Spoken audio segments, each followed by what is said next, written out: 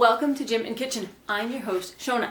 Gym and Kitchen's focus is on creating a healthy lifestyle, and I'm passionate about educating and coaching real people with busy lives on all things health and wellness related, including the habits and beliefs that govern our food and fitness choices, and that's what this show is all about. You can find Gym and Kitchen on the web, Facebook, and Instagram at gymandkitchen.biz. Gym and Kitchen is produced bi-weekly and airs every second Thursday on YouTube. Thanks for watching. Now, let's get into this episode's topic, which is 3 things not to do in the new year and 4 things to do instead. So the first one, stop making resolutions. They suck and they aren't effective. More on that shortly. 2, don't think you can make drastic changes to your fitness and nutrition routine and habits permanently at the drop of a hat. Again, more on that in a minute. 3, don't try and change everything on January 1st. You're tired, possibly hungover, and it's a staff holiday. Nothing about that tells me that suddenly changing a bad habit is going to be successful. 4 things you can do instead. 1, watch my video on how to set and get your goals, and make sure that you download the goal getting worksheet. Don't worry, there's a link in the description for you. 2, pick a date to start everything that makes sense with your standard daily or weekly routine where you can start to integrate that habit. 3, come up with a plan to achieve your goal. Hire a professional to help you out. 4, finally, come up with a strategy for when things go off track, because they will. This can be one of the things that a trainer or a coach can help you with. Now, let's elaborate on all of those things. With that list in mind, let's talk about setting yourself up for success in the new year when it comes to New Year's resolutions. So, the definition of a resolution is, quote, a firm decision to do or not to do something. Now, according to Forbes Health, the most common health-related resolutions are, quote, improved fitness, quote, lose weight, quote, improved diet. But here's the thing that we all know. New Year's resolutions don't get kept or completed. Almost a quarter of those who make them will quit by the end of the first week, and almost 50% will have dropped out by the end of January. An early instance of the complete phrase, quote, New Year's resolution, is actually found in a January 1st issue of a Boston newspaper from 1813. And it states, quote, and yet, I believe there are multitudes of people accustomed to receive injunctions of New Year resolutions who will sin all the month of December with a serious determination of beginning the new year with new resolutions and new behavior, and with the full belief that they shall thus expiate and wipe away all their former faults, end quote. Not to sound cliche, but if you've made resolutions in the past, I just want to ask, how's that working for you?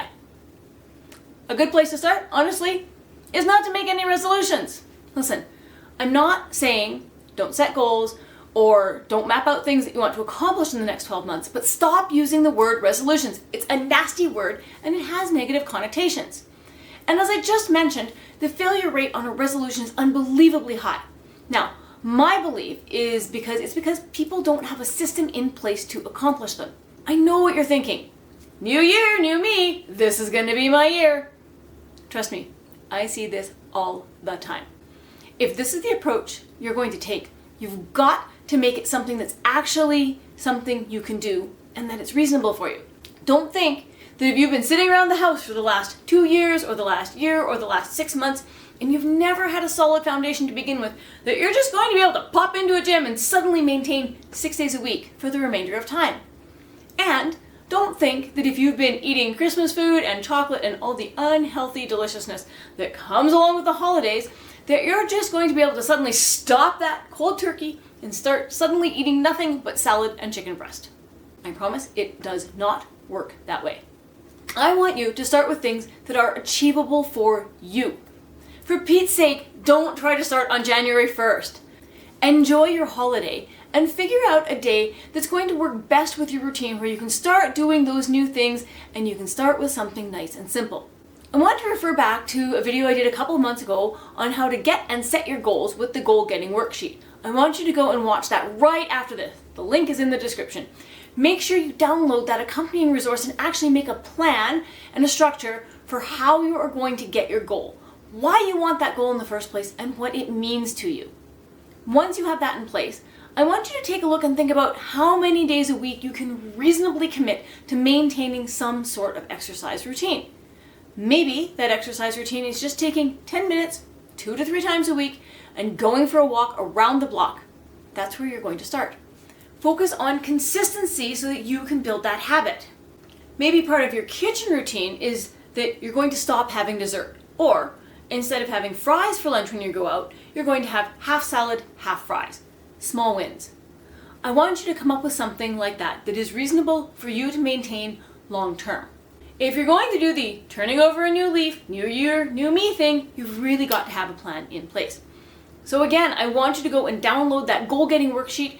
Take the time and work through it because that's going to be the most important piece of this. If you don't know why you're doing it, you're going to find it very, very hard to maintain that routine and you're going to fall off the horse. Another resource you're going to want to download is the Workout Success Checklist. And yes, that one is also in the description. This one is to make sure that you have the basics that you need beforehand. Because if you don't have all the pieces that you need to start exercising, you're not going to do it.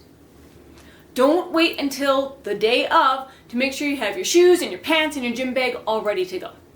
And make sure that if this is something you're going to do at home, that you have the right pieces of equipment at home for what you want to do.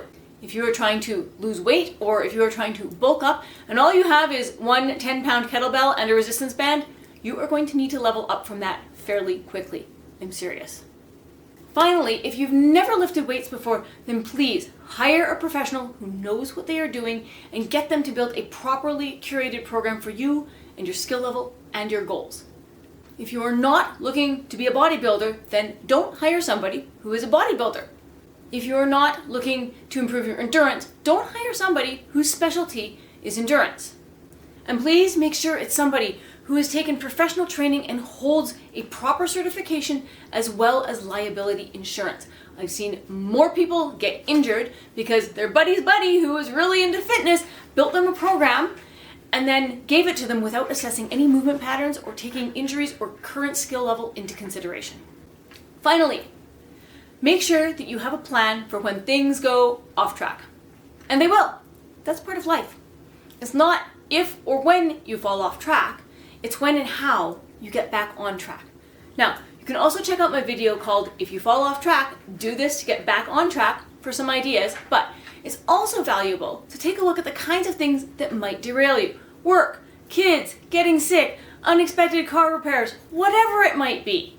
And come up with some strategies for how you will handle this. For example, if you get sick, prioritize sleep and good nutrition, and once you start waking up feeling healthy again, start lightly. 1 set fewer than you've been doing, or drop the weight so that you don't overdo it if it's been over a week off. I really want you to go into the new year with goals that are set high enough that you can reach the bar and not so low that you trip over it. Remember, if you haven't done so already, go and watch that video on how to set and get your goals. I want you to have a very Merry Christmas, holiday season, and New Year. Jim and Kitchen is going to take a short break for the holidays, and so the next episode will be in the new year. Hey, thanks so much for watching. If you enjoyed this episode, please be sure to like and subscribe to the channel, and don't forget to share this episode with a friend. Plus, remember to connect with Jim and Kitchen on the web, Instagram, and Facebook at jimandkitchen.biz. One last reminder that Jim and Kitchen is taking a short break for the holidays and the Christmas season, and we'll be back on January 11th, 2024. I'm wishing you a Merry Christmas, Happy Holidays, and a Happy New Year, and I will see you in the new year in the next episode.